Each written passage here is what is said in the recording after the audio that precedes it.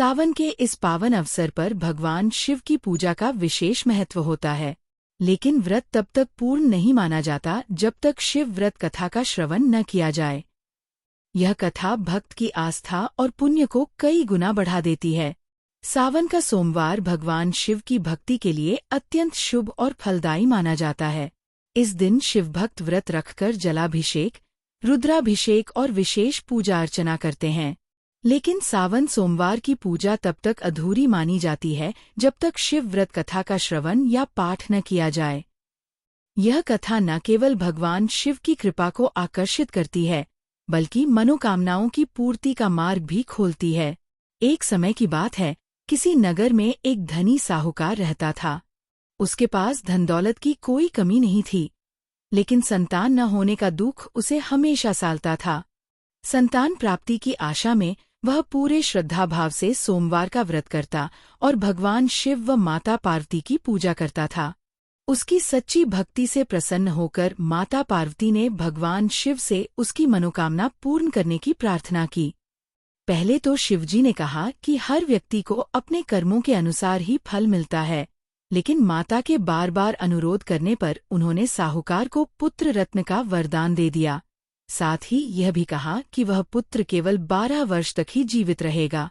साहूकार यह बात सुनकर भी विचलित नहीं हुआ और पहले की तरह भगवान शिव की पूजा करता रहा।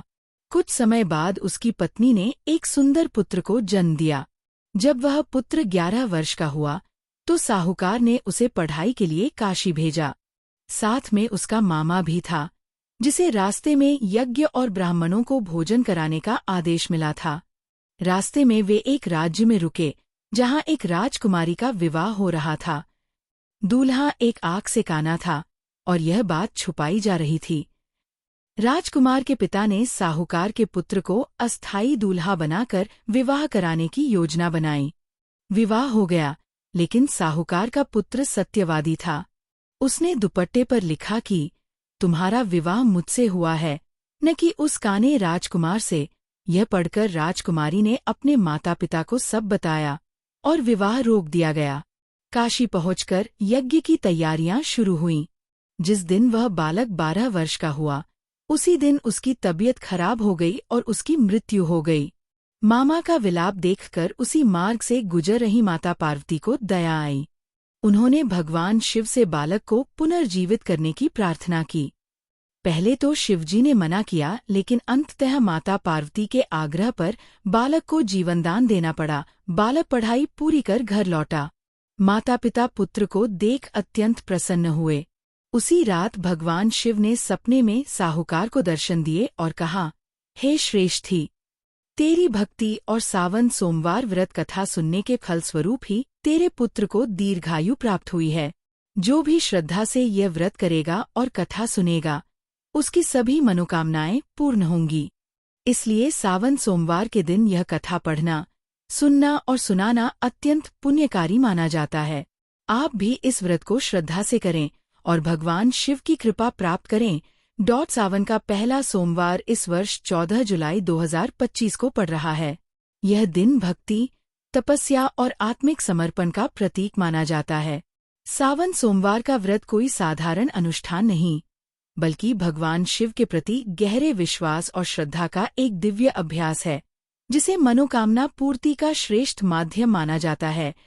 इस व्रत का एक महत्वपूर्ण हिस्सा होता है सावन सोमवार व्रत कथा का श्रवण और पाठ। यह कथा एक व्यापारी की कहानी है, जिसकी अटूट शिवभक्ति ने उसे न केवल संतान सुख प्रदान किया, बल्कि उसके पुत्र को मृत्यु के मुंह से भी वापस लौटा दिया। यह पौराणिक प्रसंग ये दर्शाता है कि सच्चे मन से की गई शिव आराधना जीवन के सबसे कठिन संकटों को भी टाल सकती है और हर प्रकार की कामना को पूर्ण कर सकती है। इस व्रत का एक महत्वपूर्ण हिस्सा होता है सावन सोमवार व्रत कथा का श्रवण और पाठ। यह कथा एक व्यापारी की कहानी है, जिसकी अटूट शिवभक्ति ने उसे न केवल संतान सुख प्रदान किया, बल्कि उसके पुत्र को मृत्यु के मुंह से भी वापस लौटा दिया। यह पौराणिक प्रसंग यह दर्शाता है कि सच्चे मन से की गई शिव आराधना जीवन के सबसे कठिन संकटों को भी टाल सकती है और हर प्रकार की कामना को पूर्ण कर सकती है।